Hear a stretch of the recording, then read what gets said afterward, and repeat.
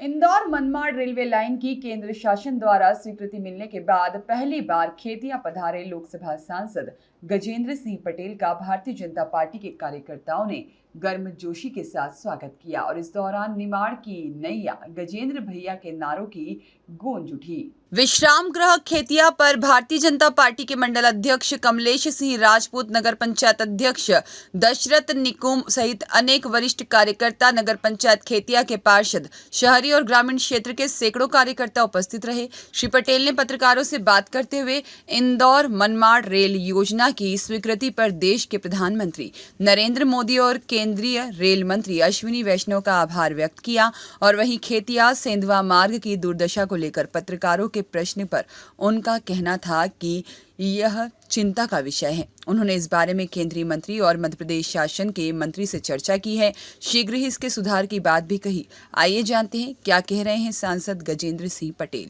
माननीय सांसद जी, आपकी देन है इस निमाड़ क्षेत्र को मनमाड़ रेलवे लाइन इस संबंध में अपनी बात बता रहे हैं। सबसे पहले मैं देश के यशस्वी प्रधानमंत्री आदरणीय नरेंद्र मोदी जी का और हमारे केंद्रीय रेलवे मंत्री आदरणीय अश्विनी वैष्णव जी का पूरे क्षेत्र की जनता की ओर से तहे दिल से आभार व्यक्त करता हूं कि इन्होंने 105 साल पुरानी इंदौर मनमाड़ रेल परियोजना, जिसके लिए स्वर्गीय रामेश्वर पाटीदार जी ने,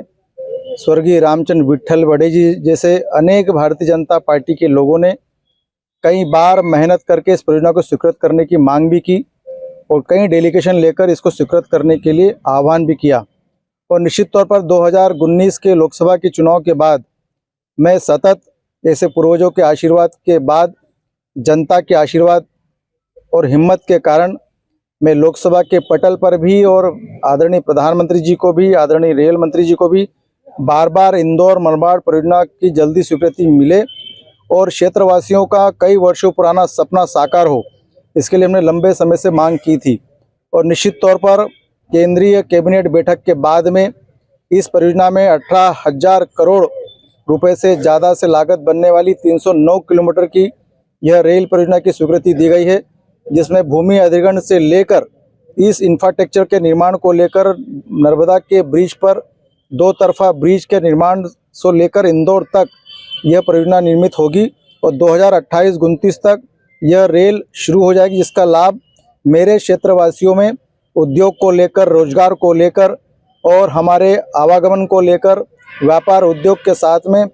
और इस महंगाई की इसमें सस्ती दरों पर हमको यातायात करने की सुविधाएं इस क्षेत्रवासियों को निश्चित तौर पर मिलने वाली है। कांग्रेस ने झूठ बोलकर कई बार इस जनता से भ्रम के माध्यम से वोट लिए हैं। भारतीय जनता पार्टी ने जो वादा किया था कि देश के प्रधानमंत्री 2047 तक हर क्षेत्र में विकसित भारत बनाने का जो सपना था, उसको साकार करने की पहली पहल यह स्वीकृति दी। और मैं निश्चित तौर पर पूरे